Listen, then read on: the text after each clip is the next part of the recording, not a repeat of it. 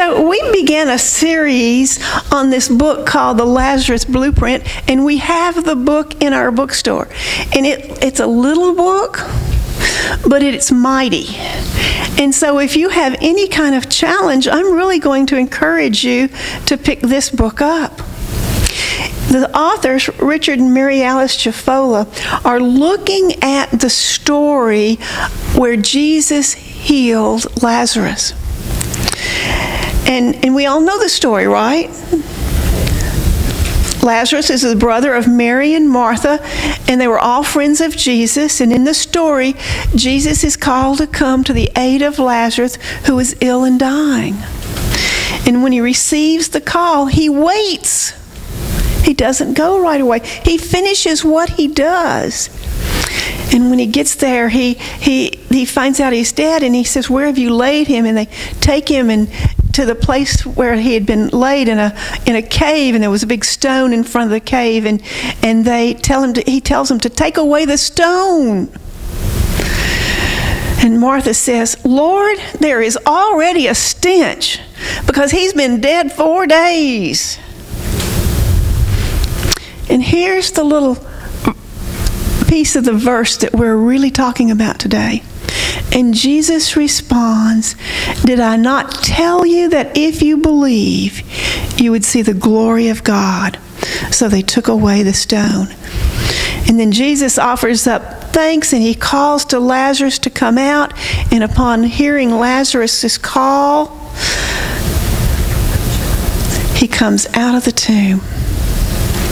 And so we've been talking about the aspects, the characters, and what they represent in our own lives. And we said that Lazarus represents that part of us that is in need of healing. That part that's in the dark space. That part of us that's not living its true, total, and whole potential. And Mary's our feeling nature. And in her emotional state, Mary goes directly to blame. She blames Jesus for not saving her brother. She gets into, if only you'd been here, Jesus, this wouldn't have happened. And week before last, we said the stone is that whatever obstacle that is preventing us from living the fullness of life. And what we said is that the stone is not something out there. Not something external. But it's the interpretations and the beliefs that we've created that keep us bound. It might show up as something out there, but there's always something in here that corresponds. We said that the character Jesus represents that part of us that is the highest and the best, that part of us that always knows the truth. It's our higher wisdom, our higher nature. And so we went through the steps, and the first one was when Jesus didn't respond. We said that is turn away, because when something happens in our life, what do we normally do? We rush and we worry and we focus on what is negative. We panic. But Jesus didn't do that. He didn't panic. He didn't brood. He quietly went about his way. The second step, the lesson week before last, was remove the stone. Whatever is blocking us from moving forward. And I know it is sometimes so hard to go inside and figure out what that stone is. And the thing is, only you can do it. Only you can figure out what the stone is that is holding you back. It's never another person or an external condition. Now, that does not mean that there isn't an external situation. And it doesn't mean that there aren't people who are contributing to that situation. But they're not causing the block inside of you or inside of me. They are simply the trigger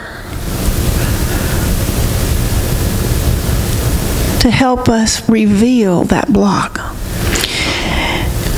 And all week long, and I referred to Paul earlier, we had a faculty member from Unity Institute here this last week, Reverend Paul Hasselbeck, and that's who I referred to before. And all week long we were talking about bits.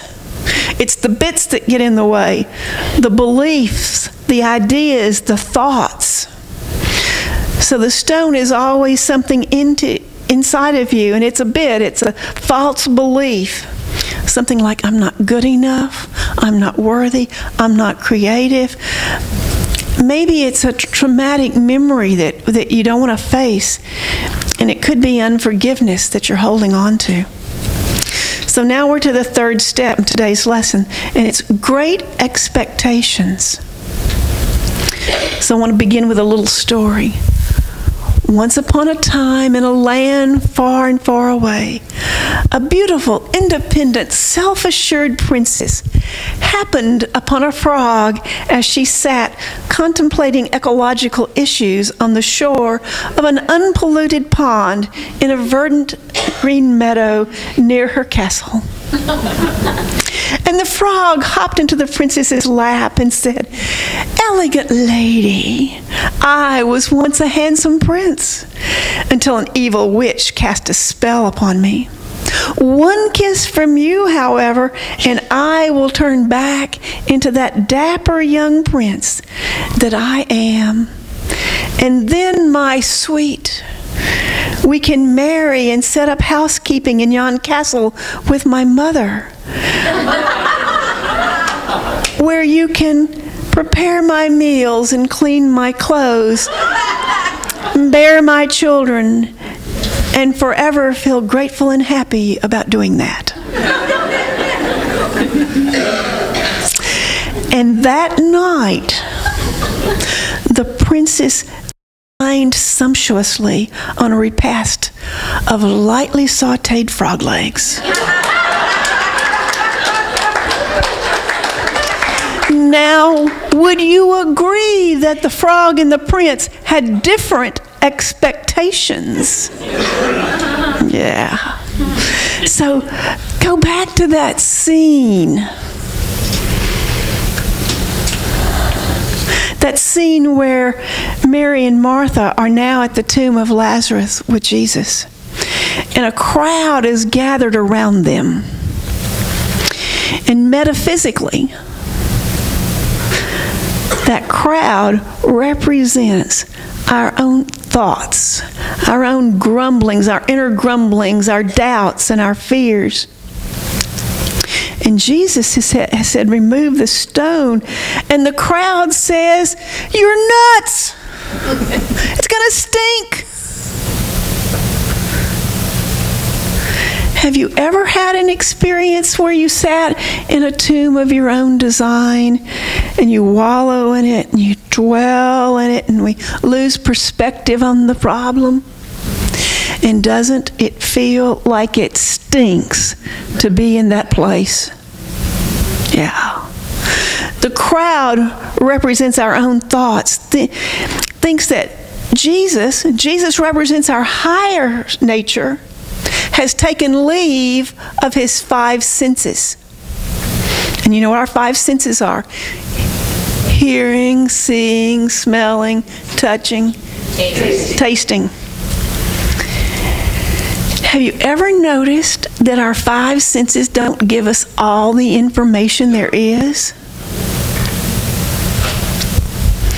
The story focus. Jesus said, "Did I not tell you that if you would believe, you would see the glory of God?" So they took away the stone. So metaphysically, let's break that down into little parts. Did I not tell you? Take a deep breath. How many times have you done something and then thought,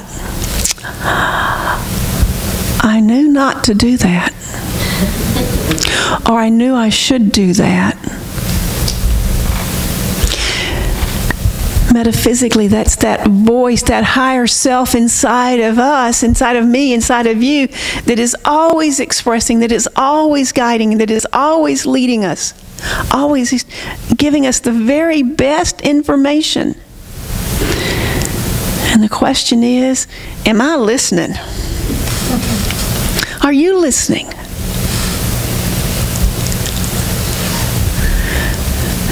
And then comes the next little phrase. Believe and you will see. Believe and you will see. And that's a clear invitation for us to look beyond what our five senses tell us. How many of us have heard seeing is believing? If I experience it with my five senses, it must be real. How many of you thought, well, it's not real unless I can only experience it, unless I can experience it with my five senses? But I just wonder, don't we all know that that's not true? There is a great series on some station, some station on television that talks about that. And I've seen it. And my five senses can't tell you what that series is. But I'll bring that back next week. But we just watched it, and it was showing how it had a crime scene, and then they interviewed all the witnesses, and everybody had a different story. Because, our human eyesight can only see objects that reflect light waves between infrared and ultraviolet. And that's only 1% of the spectrum of the electromagnetic energy that surrounds us and acts upon us. And our human hearing falls between 64 and 23,000 hertz. Cats can hear up to 64,000 hertz. And a dog can scent concentrations thousands of times smaller than we can. Our five senses do not always tell us all of the information. At best, our five senses give us filtered information. It's filtered through our physical limitations, and then our mind gets to work and filters it through our beliefs, our attitudes, our thoughts, our culture, our experience. Just to be able to do what we do, our brains discard most of the information that bombard it. It takes a fraction of the information, it compares it to past experiences and gives meaning to that little bit of information. And that invented meaning then becomes what we think we know. I have that happen. Don't you have it happen where you think you know something and then you realize, oh, that's not it at all?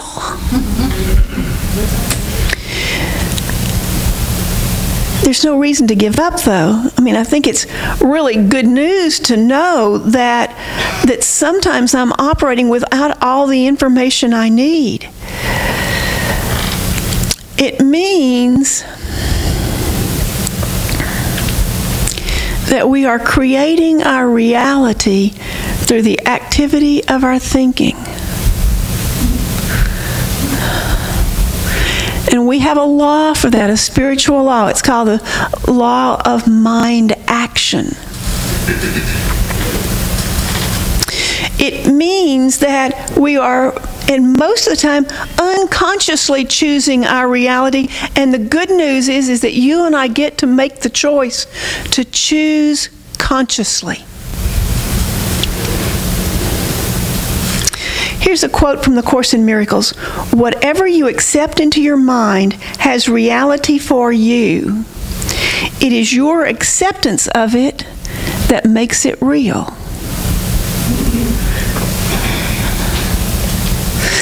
And the question I have, and the questions I think that the authors ask is, if we're going to invent our reality anyway, why don't we make it a good one?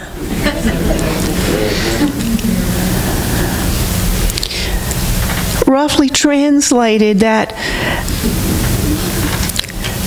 part says, don't judge by appearances. Look deeper. On page 72 in our book, it says, become aware of the universal intelligence within you working on your behalf. Believe this and expect great things to happen. What does it mean to expect great things? Expectation is another word for what? Belief, faith.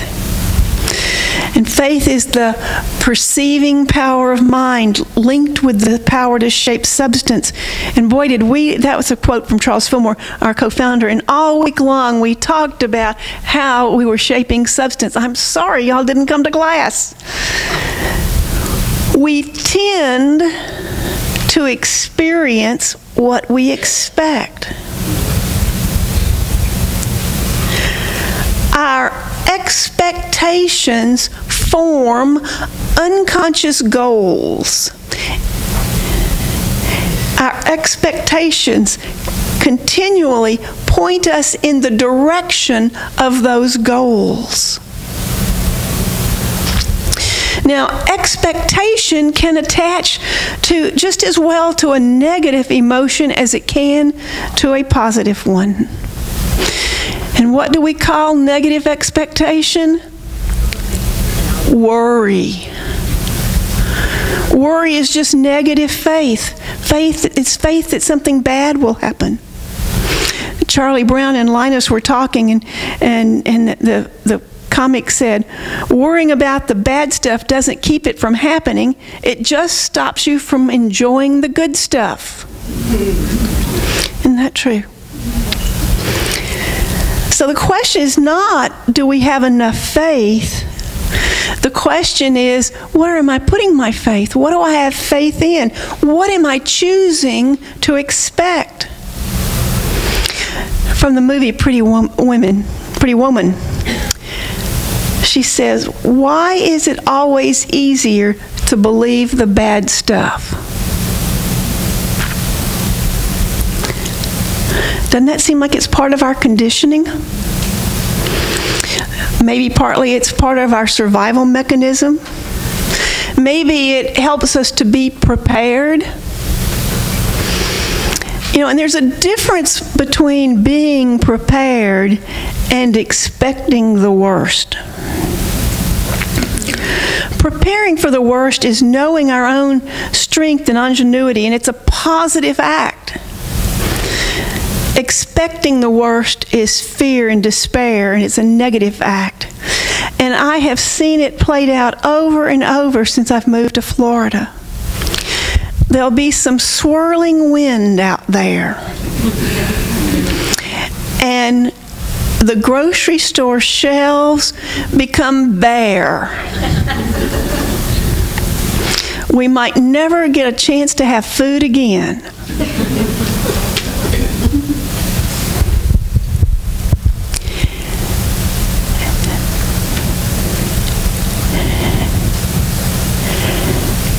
And yet, how many times have I heard you say, I've lived here 10 years, 20 years, 30 years, 40 years, and I've always been okay. Didn't stop you from buying batteries for your flashlight. Didn't stop you from having a radio. It didn't stop you from boarding up your windows. But you've known instinctively that you were going to be all right.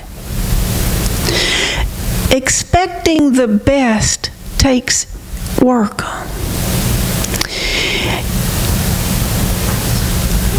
And sometimes when we are feeling fear and worry, it's best to follow that guidance. Drive to Georgia. Because it'll give you some peace. It restores you back to that peace of mind. Because expecting the best takes work. It takes work to move your faith in a positive direction. It requires action, and it requires persistence. And it's a spiritual practice. Our spiritual power of strength, that persistence of knowing that good will prevail.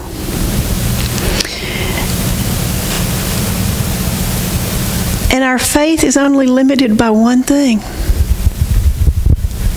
It's limited by those bits, those beliefs, those ideas, and those thoughts that we are holding in our mind.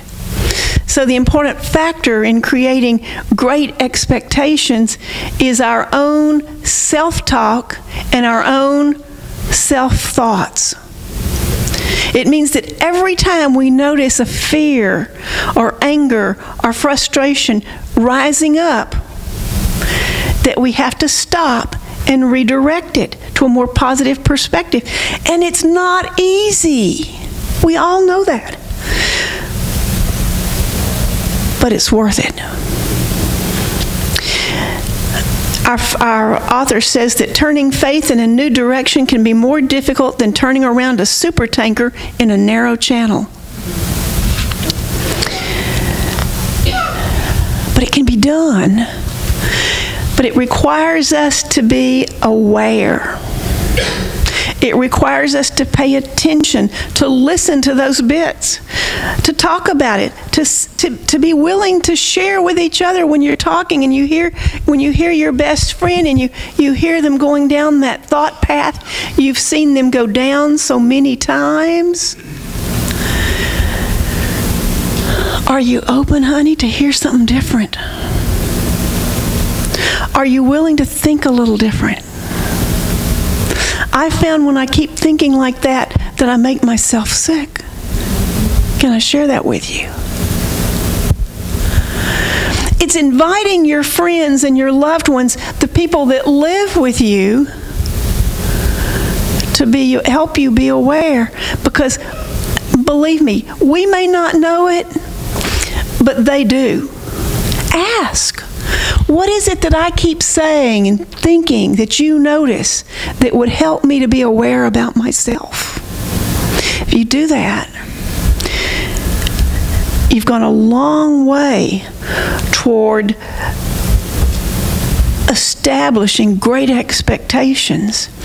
So this week I invite you to pay attention to what you're thinking, to what you're saying, to pay attention to what you're expecting. And if you notice any area that you aren't expecting a great expectation, see if you can start moving the supertanker. See if you can find a new thought.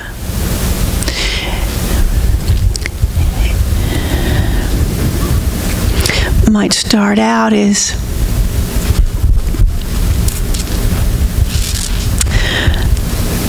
I don't believe I can do that. I can't do that. Maybe this thought starts out, I can't do that. And then you catch yourself and think, maybe I can do that. And then the thought goes to, well, how can I do that? And how's that? That's going to look good when I do that. Move the supertanker. Have a great week.